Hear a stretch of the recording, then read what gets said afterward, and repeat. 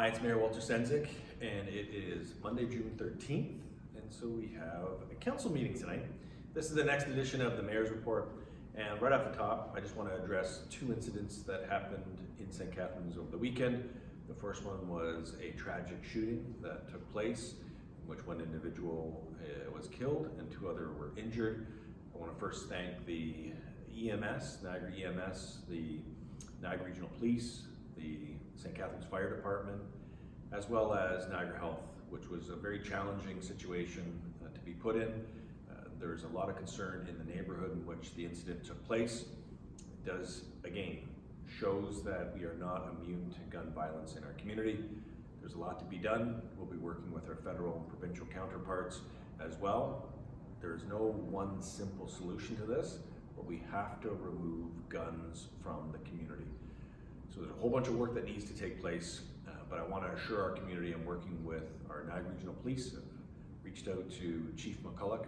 We have a meeting coming up and want to talk more about what happened at that incident, but also there was an act of vandalism that took place at Harriet Tubman School, as well as some adjacent properties where there was very racially charged language and homophobic language that was used. And again, this is a cause for concern. It really does show the work that has to be done in our community. We have an individual who clearly has thinking that is not right, is not correct, and is lashing out in certain ways. And so we do know that there's cameras around Harriet Tubman as well. So we're hoping that the Niagara Regional Police, with the support of the surrounding neighborhoods, can identify the individual in this case as well, and they will be brought to justice. And so, we're working with our community partners because these are jarring incidences that take place. So we want to make sure that we're working with our neighborhood groups to understand any of the concerns that may be coming forward from the neighborhood residents, and also creating this space in which people are able to have frank discussions about how they're feeling about what's happening in our community. So we do have a lot of work to do, and it's not something that we are taking lightly, and we're working with all of our agencies to ensure that these kind of incidences as they occur and when they occur, that we make sure we've got the resourcing for it, but also that after the incidents take place that we're providing the support as well. So it's unfortunate that the weekend had to end in that way, because on Saturday I got to participate in the unveiling of Richard Pierpoint Park, which was formerly Centennial Gardens here in St. Catharines. It is a signature park, and it was parcel of that park area was the original land that was given to Richard Pierpoint back in the early 1800s, before the War of 1812. He was a British loyalist who came up from the United States during the American Revolution. He created a home here. He participated and fought in the War of 1812 as well. Very well regarded historical figure, of which here in our community we've never really acknowledged. And so this is an opportunity to rename a park in his honor, a hugely impactful historical figure.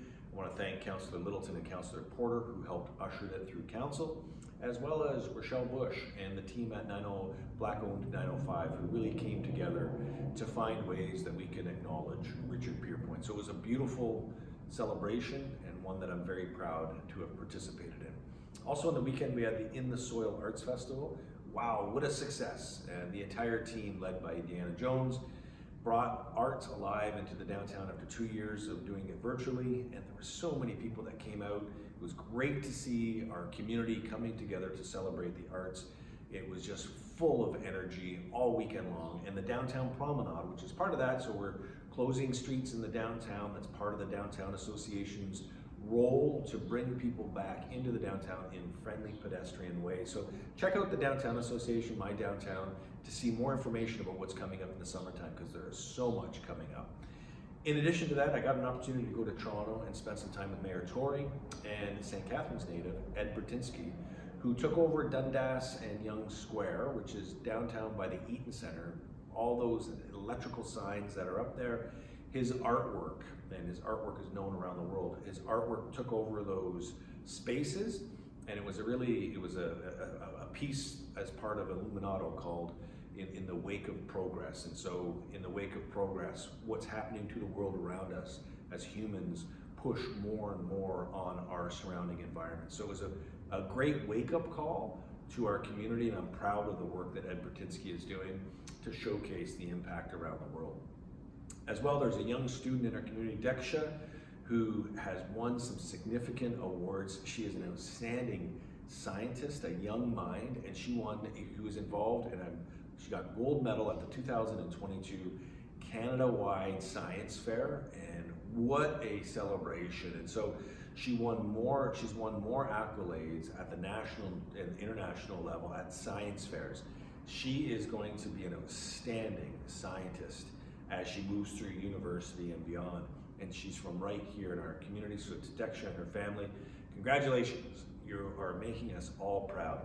In addition to that, the GNCC has a Spring Expo coming up. It's at Ridley College on June 15th. It's in an opportunity to support small business, and it's open to the public. So if you're looking to support small business, head over to Ridley on June 15th, and it's a small business show put on by the Greater Niagara Chamber of Commerce. Also, it is Indigenous Month here in our community, and we have the Land Back Unity Jam on June 21st, and that takes place at the Performing Arts Center. It's a free event behind in the outdoor space just behind the Performing Arts Center, and it's a lineup of great musicians, and it's going to be an opportunity for us to come out and celebrate and support our Indigenous brothers and sisters. As well, this upcoming weekend is Father's Day, so just a reminder, opportunity to celebrate all things that are great about our dads, our grandfathers, and it's an opportunity for us to look around in our community and what's a unique way that we may be able to celebrate with our dads. So great restaurants, or head out to some of the wineries or the local beer areas, come to downtown St. Catharines, take it to a special treat, maybe go to the River Lions game, or go to the First Ontario Performing Arts Center, or just take them to the Lakeside Park and maybe check out the carousel or go walk on the pier.